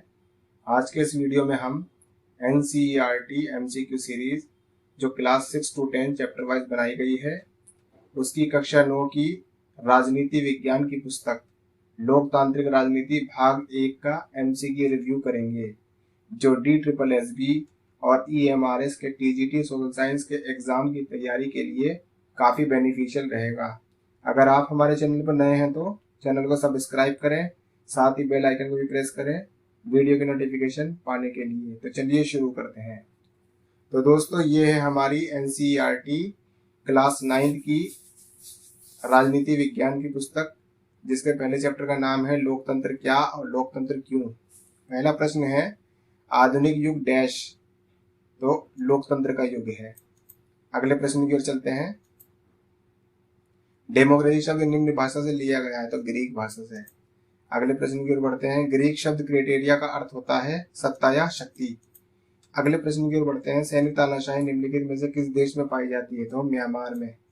अगले प्रश्न की ओर बढ़ते हैं। लोकतंत्र में निर्णय किसके द्वारा लिया जाता है, तो बहुमत से। अगले प्रश्न की ओर बढ़ते हैं। ये किसने कहा है प्रजातंत्र ऐसा शासन है जिसमें प्रत्येक व्यक्ति भाग लेता है, तो ये कहा है प्रोफेसर सीले ने। अगले प्रश्न की ओर बढ़ते हैं। जिस शासन प्रणाली में सरकार का चुनाव जनता द्वारा किया जाता है उसे कहा जाता है लोकतंत्र। अगले प्रश्न की ओर बढ़ते हैं। निम्न में से कौन सी लोकतंत्र की विशेषता नहीं है, तो वह संसद सेना के अधीन होती है। अगले प्रश्न की ओर बढ़ते हैं। निम्न में से किस देश में लोकतंत्र है, तो वह स्विट्जरलैंड। अगले प्रश्न की ओर बढ़ते हैं। लोकतंत्र के लिए निम्न में से किस तत्व का होना अनिवार्य है, तो स्वतंत्र एवं निष्पक्ष चुनाव। अगले प्रश्न की ओर बढ़ते हैं। निम्न में से कौन सी लोकतंत्र की विशेषता नहीं है, तो सरकारी मशीनरी का दुरुपयोग। अगले प्रश्न की ओर बढ़ते हैं। निम्न में से किस देश में स्त्रियों को मताधिकार प्राप्त नहीं है, तो वह सऊदी अरब। अगले प्रश्न की ओर बढ़ते हैं। निम्न में से कौन सा लोकतंत्र का दोष नहीं है, तो लोकतंत्र में नागरिकों को स्वतंत्रता व अधिकार प्राप्त होते हैं। अगले प्रश्न की ओर बढ़ते हैं। निम्न में से किस देश में वयस्क मताधिकार सबसे पहले लागू किया गया, तो वह न्यूजीलैंड। अगले प्रश्न की ओर बढ़ते हैं। प्रत्यक्ष लोकतंत्र शासन की भी प्रणाली है जहां डैश लोग अपने प्रतिनिधि स्वयं चुनते हैं, तो लोग देश के प्रशासन में प्रत्यक्ष रूप से भाग लेते हैं। अगले प्रश्न की ओर बढ़ते हैं। चीन में कब अकाल पड़ा था, 1858-61 में। अगला प्रश्न है। निम्नलिखित में से किस देश में एक दलीय प्रणाली का लोकतंत्र पाया जाता है, तो वह चीन। अगले प्रश्न की ओर बढ़ते हैं। लोकतंत्र में डैश नागरिक को अधिकार और स्वतंत्रता प्राप्त नहीं होती, तो इसमें नियमित एवं स्वतंत्र व निष्पक्ष चुनाव होते हैं। अगले प्रश्न की ओर बढ़ते हैं। डैश तानाशाही का रूप है, सैनिक शासन। अगले प्रश्न की ओर बढ़ते हैं। एक पार्टी का शासन निम्न में से किसकी विशेषता है, तो वह तानाशाही। अगले प्रश्न की ओर बढ़ते हैं। सच्चे लोकतंत्र के मार्ग में डैश एक बाधा है, तो उपरोक्त सभी। अगले प्रश्न की ओर बढ़ते हैं। सन 1999 से लेकर 2008 तक जनरल परवेज मुशर्रफ किस देश का शासक था, पाकिस्तान। अगले प्रश्न की ओर चलते हैं। लोकतांत्रिक शासन प्रणाली की डैश विशेषता है, तो उपरोक्त सभी। अगले प्रश्न की ओर बढ़ते हैं। पाकिस्तान में किस वर्ष जनमत संग्रह हुआ जिसमें राष्ट्रपति जनरल मुशर्रफ की 5 वर्ष की अवधि बढ़ा दी गई, तो 2002 में। अगले प्रश्न की ओर बढ़ते हैं। ये किसने कहा है लोकतंत्र अज्ञानी और बुद्धिहीन व्यक्तियों का शासन है, सर हेनरी मैन। अगले प्रश्न की ओर बढ़ते हैं। निम्नलिखित में से कौन सा लोकतंत्र का गुण है, तो व्यक्ति को अधिकार और स्वतंत्रता प्राप्त होती है। अगले प्रश्न की ओर बढ़ते हैं। निम्नलिखित में से कौन सी लोकतंत्र की विशेषता है, लोकतंत्र में निर्वाचित प्रतिनिधि शासन चलाते हैं। अगले प्रश्न की ओर बढ़ते हैं। लोकतंत्र निम्न में किस सिद्धांत पर आधारित है, तो उपरोक्त सभी। अगले प्रश्न की ओर बढ़ते हैं। लोकतंत्र में डैश द्वारा निर्णय लिए जाते हैं, बहुमत के से लिए जाते हैं। अगले प्रश्न की ओर बढ़ते हैं। निम्न में से कौन सा लोकतंत्र का गुण नहीं है, तो व्यक्ति की प्रतिष्ठा में गिरावट आती है। अगले प्रश्न की ओर बढ़ते हैं। वर्तमान युग में सर्वश्रेष्ठ शासन प्रणाली है लोकतंत्र। अगले प्रश्न की ओर बढ़ते हैं। भारत में पंचायती राज में कौन सी संस्था प्रत्यक्ष लोकतंत्र का प्रतीक है, वह ग्राम सभा। अगले सवाल की ओर बढ़ते हैं। सच्चे लोकतंत्र की विशेषता है, उपरोक्त सभी। अगले प्रश्न की ओर बढ़ते हैं। निम्न में से किस परिवार में लोकतंत्र पाया जाता है जिसके परिवार का मुखिया परिवार से संबंधित सभी निर्णय सदस्यों की सलाह विचार करके लेता हो। अगले प्रश्न की ओर बढ़ते हैं। लोकतंत्र की स्थापना के लिए पाकिस्तान में कब चुनाव हुए, फरवरी 2008 में। अगले प्रश्न की ओर बढ़ते हैं। तानाशाही सरकार निम्नलिखित में से किस देश में पाई जाती है, उत्तरी कोरिया। अगले प्रश्न की ओर बढ़ते हैं। ये किसने कहा कि लोकतंत्र ऐसा शासन है जिसमें प्रत्येक व्यक्ति भाग लेता है, प्रोफेसर सीले। अगले प्रश्न की ओर बढ़ते हैं। ये किसने कहा लोकतंत्र जनता का जनता के लिए जनता के द्वारा सरकार है, तो अब्राहम लिंकन। अगले प्रश्न की ओर बढ़ते हैं। जिस शासन प्रणाली में शासकों चुनाव जनता द्वारा किया जाता है तो क्या कहा जाता है, लोकतंत्र। अगले प्रश्न की ओर बढ़ते हैं। निम्न में से कौन सी की विशेषता नहीं है, तो सेना संसद सेना के अनहैती है। अगले प्रश्न की ओर बढ़ते हैं, निम्न में से किस देश में लोकतंत्र है? तो वह है स्विट्जरलैंड।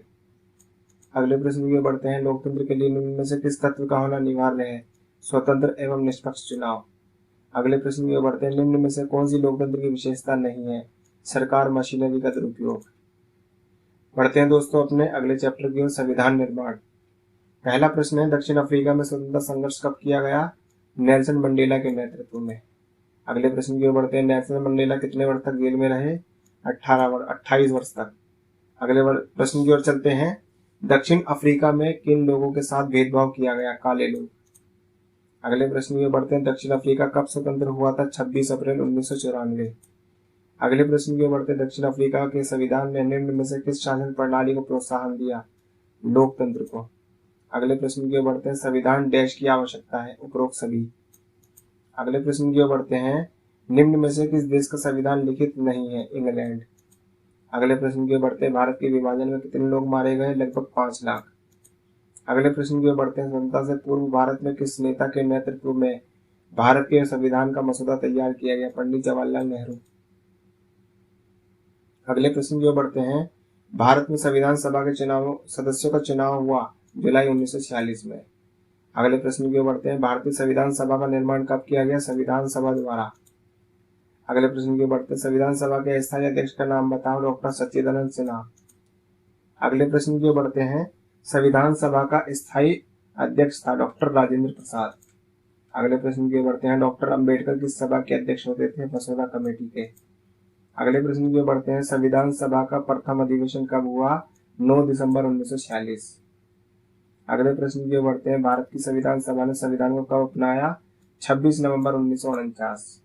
अगले प्रश्न की ओर बढ़ते हैं, भारत का संविधान लागू कब किया गया? 26 जनवरी 1950। अगले प्रश्न की ओर बढ़ते हैं, संविधान सभा प्रभुत्व संपन्न कब बनी? 26 नवंबर 1949 को। अगले प्रश्न की ओर बढ़ते हैं, आरंभ में संविधान सभा के सदस्यों की संख्या कितनी थी? 299। अगले प्रश्न की ओर बढ़ते हैं, स्वतंत्र भारत में संविधान सभा के सदस्यों की संख्या कितनी थी? 299। अगले प्रश्न की ओर बढ़ते हैं, संविधान सभा ने राष्ट्रध्वज कब अपनाया था?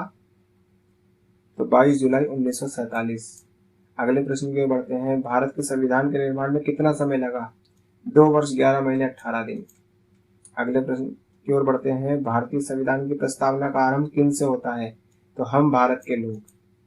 अगले प्रश्न की ओर बढ़ते हैं, भारत के प्रभुत्व संपन्न कौन है? लोग। अगले प्रश्न की ओर बढ़ते हैं, भारतीय संविधान की प्रस्तावना में क्या क्या आता है? प्रभुत्व संपन्न, समाजवादी, धर्मनिरपेक्ष, लोकतंत्र, गणराज्य। अगले प्रश्न की ओर बढ़ते हैं, प्रस्तावना में किस प्रकार के निर्णय का वर्णन किया गया है? तो सामाजिक, आर्थिक और राजनीतिक। अगले प्रश्न की ओर बढ़ते हैं, कौन से संशोधन द्वारा भारतीय संविधान की प्रस्तावना में समाजवाद व धर्मनिरपेक्ष शब्द जोड़े गए? तो वह 42वें। अगले सवाल की ओर बढ़ते हैं, प्रस्तावना में निम्नलिखित शब्दों को प्रयुक्त किया गया? तो उपरोक्त सभी को।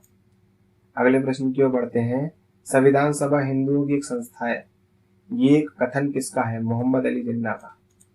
अगले प्रश्न की ओर बढ़ते हैं, स्वतंत्रता से पूर्व भारत में किस नेता के नेतृत्व में भारत के संविधान का मसौदा तैयार किया गया? तो पंडित मोतीलाल नेहरू। अगले सवाल की ओर बढ़ते हैं, भारत में संविधान सभा के सदस्यों का चुनाव कब हुआ? जुलाई 1946। अगले प्रश्न की ओर बढ़ते, संविधान सभा के स्थायी अध्यक्ष का नाम बताओ? तो वे थे डॉक्टर राजेंद्र प्रसाद। अगले प्रश्न की ओर बढ़ते हैं, संविधान सभा का प्रथम अधिवेशन कब हुआ? 26 नवंबर 1949। अगले प्रश्न की ओर बढ़ते हैं, भारत की संविधान सभा ने संविधान को कब अपनाया?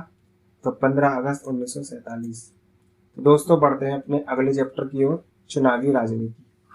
पहला प्रश्न है, मतदान की योग्यता रखने वाले लोगों की सूची कौन सी है? मतदाता सूची। अगले प्रश्न की ओर बढ़ते हैं, भारत में किस राज्य में लोकसभा की केवल एक ही सीट है? तो उपरोक्त सभी। अगले प्रश्न की ओर बढ़ते हैं, भारत के किन राज्यों में लोकसभा की केवल 2 सीटें हैं? तो उपरोक्त सभी। अगले सवाल की ओर बढ़ते हैं, 1971 के लोकसभा चुनाव में कांग्रेस पार्टी ने क्या नारा दिया? गरीबी हटाओ। अगले प्रश्न की ओर बढ़ते हैं, लोकसभा का नामांकन भरने के लिए न्यूनतम आयु कितनी होनी चाहिए? 25 वर्ष। अगले प्रश्न की ओर बढ़ते हैं, मुख्य चुनाव आयुक्त की नियुक्ति कौन करता है? राष्ट्रपति। अगले प्रश्न की ओर बढ़ते हैं, चुनाव लड़ने वाले इच्छुक को क्या भरना पड़ता है? नामांकन पत्र। अगले प्रश्न की ओर बढ़ते हैं। हरियाणा में 1982 में किस पार्टी की सरकार थी? कांग्रेस। अगले प्रश्न की ओर बढ़ते हैं। हरियाणा में लोकदल पार्टी का नेता कौन था? देवीलाल। अगले प्रश्न की ओर बढ़ते हैं। लोकतंत्र के लिए क्या आवश्यक है? उपरोक्त सभी। अगले प्रश्न की ओर बढ़ते हैं। भारत लोकसभा और विधानसभा के चुनाव कितने वर्षों के बाद होते हैं? 5 वर्ष। अगले प्रश्न की ओर बढ़ते हैं। जब कोई पद लोकसभा या विधानसभा का खाली होता है और उस चुनावी क्षेत्र में दोबारा चुनाव होता है तो क्या कहता है? उसको क्या कहते हैं? तो वह कहलाता है उपचुनाव। अगले प्रश्न की ओर बढ़ते हैं। गुलबर्गा संसदीय क्षेत्र किस राज्य में पड़ता है? कर्नाटक।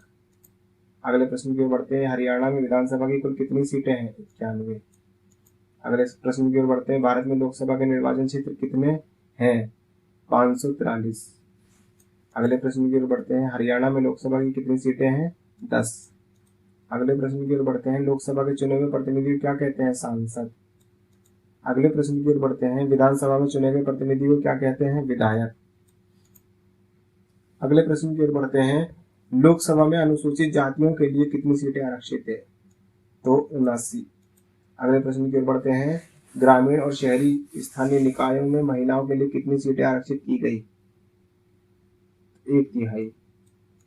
अगले प्रश्न की ओर बढ़ते हैं। हमारे देश में वोट देने का अधिकार किस आयु में शुरू हो जाता है? 18 वर्ष। अगले प्रश्न की ओर बढ़ते हैं। 1977 के लोकसभा चुनावों में जनता पार्टी ने क्या नारा दिया? लोकतंत्र बचाओ। अगले प्रश्न की ओर बढ़ते हैं। हमारे देश में चुनाव किस संस्था द्वारा कराए जाते हैं? निर्वाचन आयोग। अगले प्रश्न की ओर बढ़ते हैं। भारत का प्रथम प्रधानमंत्री कौन था? पंडित जवाहरलाल नेहरू। अगले प्रश्न की ओर बढ़ते हैं। मतदाता सूची को कब सुधारा जाता है? हर चुनाव के बाद। अगले प्रश्न की ओर बढ़ते हैं। भारत का राष्ट्रपति बनने के लिए न्यूनतम आयु निर्धारित है 35 वर्ष। दोस्तों बढ़ते हैं अपने अगले चैप्टर की ओर, संस्थाओं का कामकाज। पहला प्रश्न है, भारतीय संसद के कितने सदन हैं? तो 2। अगले प्रश्न की ओर बढ़ते हैं। भारतीय संसद की ऊपरी सदन को क्या कहते हैं? राज्यसभा। अगले प्रश्न की ओर बढ़ते हैं। भारतीय संसद के निचले सदन को क्या कहते हैं? लोकसभा। अगले प्रश्न की ओर बढ़ते हैं। वर्तमान में भारत के प्रधानमंत्री कौन है? तो वह नरेंद्र मोदी। अगले प्रश्न की ओर बढ़ते हैं। प्रधानमंत्री की नियुक्ति कौन करता है? राष्ट्रपति। अगले प्रश्न की ओर बढ़ते हैं। जून 2014 में 16वीं लोकसभा का स्पीकर किसे चुना गया? सुमित्रा महाजन। अगले प्रश्न की ओर बढ़ते हैं। सर्वोच्च न्यायालय के न्यायाधीशों की नियुक्ति कौन करता है? राष्ट्रपति। अगले प्रश्न की ओर बढ़ते हैं। सर्वोच्च न्यायालय के न्यायाधीशों का मासिक वेतन कितना है? 1 लाख रुपए। अगले प्रश्न की ओर बढ़ते हैं। भारतीय नागरिकों के मौलिक अधिकारों की रक्षा कौन करता है? सर्वोच्च न्यायालय। अगले प्रश्न की ओर बढ़ते हैं। सरकार के फैसले में महत्वपूर्ण भूमिका निभाने वाली संस्था कौन सी है? तो उपरोक्त सभी। अगले प्रश्न की ओर बढ़ते हैं। सरकारी आदेश को क्या अर्थ है? सरकारी कार्यालय विज्ञापन। अगले प्रश्न की ओर बढ़ते हैं। भारत सरकार के सरकारी पदों और सेवाओं में कितने प्रतिशत रिक्तियां सामाजिक एवं आर्थिक रूप से पिछड़े वर्ग के लिए आरक्षित होगी? 27%। अगले प्रश्न की ओर बढ़ते हैं। राष्ट्रीय अध्यक्ष कौन होता है? राष्ट्रपति। अगले प्रश्न की ओर बढ़ते हैं। सरकार का प्रमुख कौन होता है? प्रधानमंत्री। अगले प्रश्न की ओर बढ़ते हैं। राष्ट्रपति मंत्रियों की नियुक्ति किसकी सिफारिश पर करता है? प्रधानमंत्री की। अगले प्रश्न की ओर बढ़ते हैं। संसद का उच्च सदन कौन सा है? राज्यसभा। अगले प्रश्न की ओर बढ़ते हैं। संसद का निम्न सदन कौन सा है? लोकसभा। अगले प्रश्न की ओर बढ़ते हैं। भारत सरकार ने दूसरी पिछड़ी जाति आयोग कब गठित की थी? तो वो की थी 1979 में। 1979 में गठित दूसरी पिछड़ा जाति आयोग का गठन किसकी अध्यक्षता में? वीपी मंडल। अगले प्रश्न की ओर बढ़ते हैं। मंडल आयोग ने कब अपनी सिफारिश सरकार के सामने रखी? 1980। अगले प्रश्न की ओर बढ़ते हैं। मंडल आयोग कब लागू किया गया? 13 अगस्त 1990। अगले प्रश्न की ओर बढ़ते हैं। किसी भी देश में कानून बनाने का अधिकार किसका होता है? संसद का। अगले प्रश्न की ओर बढ़ते हैं। हाउस ऑफ पीपल कौन सा है? लोकसभा। हाउस ऑफ स्टेट किसे कहते हैं? राज्यसभा। तो दोस्तों बढ़ते हैं अपने अगले चैप्टर की ओर, लोकतांत्रिक अधिकार। पहला प्रश्न है, मौलिक अधिकार हमारे संविधान की आत्मा, ये किसका मानना है? भारतीय संविधान निर्माताओं की।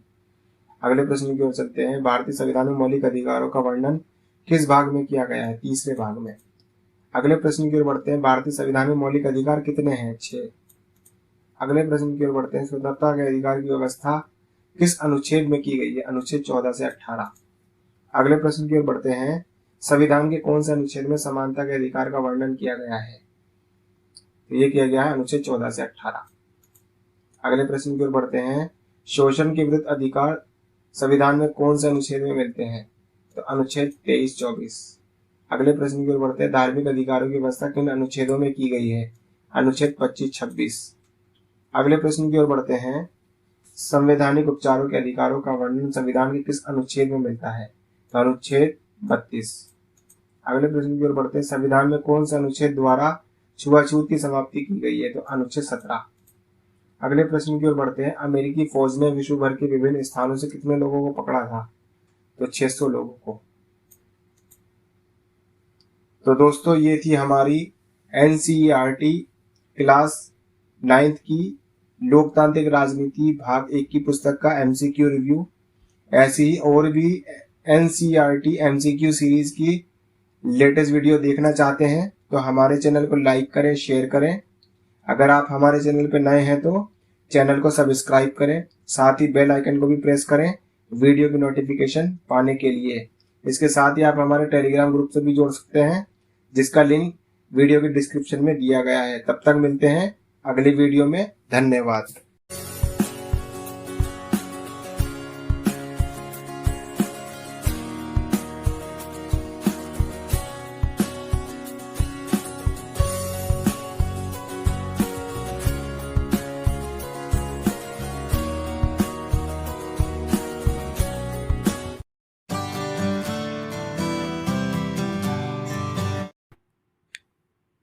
हेलो दोस्तों, स्वागत है आपका अपने YouTube चैनल कामयाब एजुकेटर में। आज की इस वीडियो में हम NCERT MCQ सीरीज जो क्लास 6 to 10 चैप्टर वाइज बनाई गई है, उसकी कक्षा 9 की पुस्तक अर्थशास्त्र का MCQ रिव्यू करेंगे, जो DSSB और EMRS TGT सोशल साइंस के एग्ज़ाम की तैयारी के लिए काफ़ी बेनिफिशियल रहेगा। अगर आप हमारे चैनल पर नए हैं तो हमारे चैनल को सब्सक्राइब करें, साथ ही बेल आइकन को भी प्रेस करें ताकि वीडियो की नोटिफिकेशन आपको मिलती रहे। तो चलिए शुरू करते हैं। तो दोस्तों ये है हमारी NCERT क्लास 9th की इकोनॉमिक्स की बुक, जिसमें पहला चैप्टर है पालमपुर गांव की कहानी। पहला प्रश्न है, पालमपुर में विभिन्न जातियों के कितने परिवार रहते हैं? तो 450। बढ़ते हैं अगले सवाल की ओर। पालमपुर से निकटतम कस्बे का नाम क्या है? तो वह है शाहपुर। अगले प्रश्न की ओर बढ़ते हैं। उद्यम का दूसरा नाम क्या है? तो वह है मानव पूंजी। अगले प्रश्न की ओर बढ़ते हैं। एक वर्ष में किसी भूमि पर एक से ज्यादा फसल पैदा करने को क्या कहते हैं? बहुविध फसल प्रणाली। अगले प्रश्न की ओर बढ़ते हैं। 1 हेक्टेयर कितने मीटर की भुजा वाले वर्ग के क्षेत्रफल के बराबर होता है? तो 100। अगले प्रश्न की ओर बढ़ते हैं। आज भी कुल कृषि क्षेत्र के कितने प्रतिशत में ही सिंचाई होती है? तो 40। अगले प्रश्न की ओर बढ़ते हैं। हरित क्रांति भारत में कौन से दशक के अंत में शुरू हुई थी? तो 1960 में। अगले प्रश्न की ओर बढ़ते हैं। भारत में ग्रामीण क्षेत्र के 100 कामगारों में से कितने गैर कृषि कार्यों में लगे हैं? तो 24। अगले प्रश्न की ओर बढ़ते हैं। उपयोगिता का सृजन क्या कहलाता है? उत्पादन। अगले प्रश्न की ओर बढ़ते हैं। आवश्यकताओं को संतुष्ट करने की शक्ति क्या कहलाती है? उपयोगिता। अगले प्रश्न की ओर बढ़ते हैं। उत्पादन के लिए जरूरी चीजें कौन सी हैं? तो उपरोक्त सभी। अगले प्रश्न की ओर बढ़ते हैं। इनमें से कौन एक स्थायी पूंजी है? तो यंत्र। अगले प्रश्न की ओर बढ़ते हैं। इनमें से कौन एक लघु कृषक है? तो एक श्रमिक जिसके पास 2 हेक्टेयर से कम भूमि है। अगले प्रश्न की ओर बढ़ते हैं। बड़े कृषकों के लिए पूंजी का स्रोत क्या है? तो बैंक और उनकी अपनी बचतें। अगले प्रश्न की ओर बढ़ते हैं। इनमें से कौन उत्पादन का साधन नहीं है? तो व्यापार। अगले प्रश्न की ओर बढ़ते हैं। इनमें से कौन एक गैर कृषि क्रिया नहीं है? फसलें उगाना। अगले प्रश्न की ओर बढ़ते हैं। इनमें से कौन एक उत्पादन का प्रचुर साधन है? तो यह श्रम। अगले प्रश्न की ओर बढ़ते हैं। छोटे कृषकों के लिए ऋण का मुख्य स्रोत क्या है? धनी कृषक व जमींदार। अगले प्रश्न की ओर बढ़ते हैं। इनमें से कौन एक शक्तिशाली पूंजी का भाग है? तो कच्चा माल व हाथ में मुद्रा। अगले प्रश्न की ओर बढ़ते हैं। बहुविध फसल प्रणाली क्या है? तो उत्पादन बढ़ाने के लिए HYV बीजों का प्रयोग करना। अगले प्रश्न की ओर बढ़ते हैं। इनमें से कौन हरित क्रांति से संबंधित नहीं है? तो इसने पूरे भारत के श्रमिकों के जीवन स्तर को उठा दिया है। अगले प्रश्न की ओर बढ़ते हैं। मानव पूंजी का दूसरा नाम बताइए? तो वह उद्यम। अगले प्रश्न की ओर बढ़ते हैं। आवश्यकताओं को संतुष्ट करने की शक्ति को क्या कहते हैं? उपयोगिता। अगले प्रश्न की ओर बढ़ते हैं, निम्न में से कौन सा उत्पादन का साधन नहीं है? व्यापार। अगले प्रश्न की ओर बढ़ते हैं, पालमपुर में मुख्य क्रिया क्या है? खेती। अगले प्रश्न की ओर बढ़ते हैं, कच्चा माल कहलाता है कार्यशील पूंजी। तो दोस्तों बढ़ते हैं अपने अगले चैप्टर की ओर, संसाधन के रूप में लोग। पहला प्रश्न है, 2001 में ग्रामीण क्षेत्र में कौन सी बेरोजगारी पाई गई? तो उपरोक्त दोनों। अगले प्रश्न की ओर बढ़ते हैं, नगरीय क्षेत्रों में कौन सी बेरोजगारी अधिकांशतः पाई जाती है? शिक्षित। अगले प्रश्न की ओर बढ़ते हैं, श्रमिकों को गांव से शहर की ओर काम की तलाश में जाना क्या कहलाता है? प्रवास। अगले प्रश्न की ओर बढ़ते हैं, देश की उत्पादन क्षमता में वृद्धि किसके निवेश से होती है? तो उपरोक्त सभी। अगले प्रश्न की ओर बढ़ते हैं, भारतीय अर्थव्यवस्था में कौन सा क्षेत्र सबसे अधिक श्रमिकों को समाहित किए हुए है? तो वह कृषि। अगले प्रश्न की ओर बढ़ते हैं, इनमें से किस देश ने मानव पूंजी निर्माण में सबसे अधिक निवेश किया? जापान। अगले प्रश्न की ओर बढ़ते हैं, इनमें से कौन एक बाजार क्रिया है? तो शिक्षक द्वारा स्कूल में पढ़ाना। अगले प्रश्न की ओर बढ़ते हैं, राष्ट्रीय आय क्या है? ये एक देश में उत्पादित सभी वस्तुओं व सेवाओं का जोड़ है। अगले प्रश्न की ओर बढ़ते हैं, इनमें से कौन सा क्षेत्र अदृश्य बेरोजगारी के पीड़ित है? तो वह कृषि क्षेत्र। अगले प्रश्न की ओर बढ़ते हैं, किसी कार्य को करने के लिए 5 व्यक्ति चाहिए पर उस कार्य को करने में 7 व्यक्ति लगे हुए हैं, तो ये कौन सी बेरोजगारी? अदृश्य। अगले प्रश्न की ओर बढ़ते हैं, मौसमी बेरोजगारी क्या है? जब कुछ लोग वर्षों के कुछ महीने के लिए कार्य प्राप्त नहीं कर सकते। अगले प्रश्न की ओर बढ़ते हैं, भारत में 2011-12 में मृत्यु दर कितने प्रतिशत थी? 7।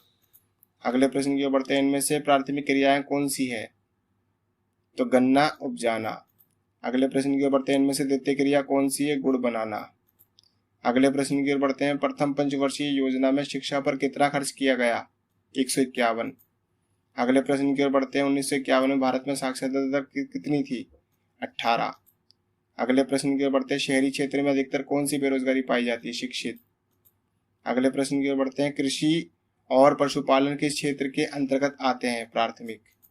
अगले प्रश्न की ओर बढ़ते हैं, श्रमिकों का गांव से शहरों की ओर काम की तलाश में जाना क्या कहलाता है? प्रवास। अगले प्रश्न की ओर बढ़ते हैं, किस देश ने मानव पूंजी निर्माण में सबसे अधिक निवेश किया? जापान। अगले प्रश्न की ओर बढ़ते हैं, जनसंख्या को मानव पूंजी में बदलने के लिए किससे निवेश किया जाता है? उपरोक्त सभी। अगले प्रश्न की ओर बढ़ते हैं, भारत में किस प्रकार का लोकतंत्र पाया जाता है? प्रतिनिधि लोकतंत्र।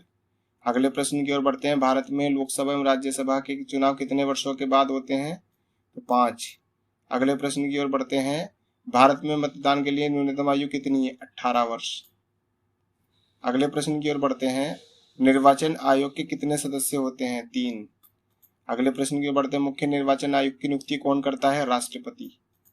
अगले प्रश्न की ओर बढ़ते हैं, भारत में लोकसभा अब तक कितने चुनाव हो चुके हैं? 16। अगले प्रश्न की ओर बढ़ते हैं, भारत में लोकसभा का पहला आम चुनाव कब हुआ था? 1952 में। अगले प्रश्न की ओर बढ़ते हैं, भारत में लोकसभा का 16वां चुनाव कब हुआ? 2014 में। अगले प्रश्न की ओर बढ़ते हैं, किस पहले राज्य में मतदाता पहचान पत्र का प्रयोग किया गया? तो हरियाणा में। तो दोस्तों बढ़ते हैं अपने अगले चैप्टर की ओर, निर्धनता एक चुनौती। पहला प्रश्न है, प्रधानमंत्री रोजगार योजना डैश में लागू हुई? 1993 में। अगले प्रश्न की ओर बढ़ते हैं, मनरेगा के अंतर्गत कितने दिन के रोजगार की गारंटी दी गई है? तो 100 दिन। अगले प्रश्न की ओर बढ़ते हैं, स्वर्ण जयंती ग्राम स्वरोजगार योजना कब आरंभ हुआ? 1999 में। अगले प्रश्न की ओर बढ़ते हैं, मानव विकास रिपोर्ट कौन जारी करता है? यूएनडीपी। अगले प्रश्न की ओर बढ़ते हैं, किस राज्य में निर्धनता का प्रतिशत सबसे अधिक पाया जाता है? तो वो पाया जाता है बिहार में। अगले प्रश्न की ओर बढ़ते हैं, निर्धनता का आरेख का सर्वेक्षण कौन करता है? एनएसएसओ। अगले प्रश्न की ओर बढ़ते हैं, सहारा अफ्रीका में वर्ष 2008 में निर्धनता का प्रतिशत क्या था? 47%। अगले प्रश्न की ओर बढ़ते हैं, किस राज्य में भूमि सुधार उपायों से निर्धनता को कम करने में मदद मिली? पश्चिम बंगाल। अगले प्रश्न की ओर बढ़ते हैं, वर्ष 2011-12 में भारत में निर्धनता का प्रतिशत कितना है? तो 21.90%। अगले प्रश्न की ओर बढ़ते हैं, भारत में कितने करोड़ लोग निर्धनता में जीते हैं? 26। अगले प्रश्न की ओर बढ़ते हैं, वर्ष 2014 में किसी व्यक्ति के लिए निर्धनता का निर्धारण ग्रामीण क्षेत्र में कितने रुपए प्रति माह है? तो 972। अगले प्रश्न की ओर बढ़ते हैं, वर्ष 2014 में किसी व्यक्ति के लिए निर्धनता का निर्धारण शहरी क्षेत्र में कितने रुपए प्रति माह है? तो 1407 रुपए। अगले प्रश्न की ओर बढ़ते हैं, भारत में 1973 में कितने करोड़ लोग निर्धन थे? 54.6 करोड़। अगले प्रश्न की ओर बढ़ते हैं, भारत में 1993 में कितने करोड़ लोग निर्धन थे? 36 करोड़।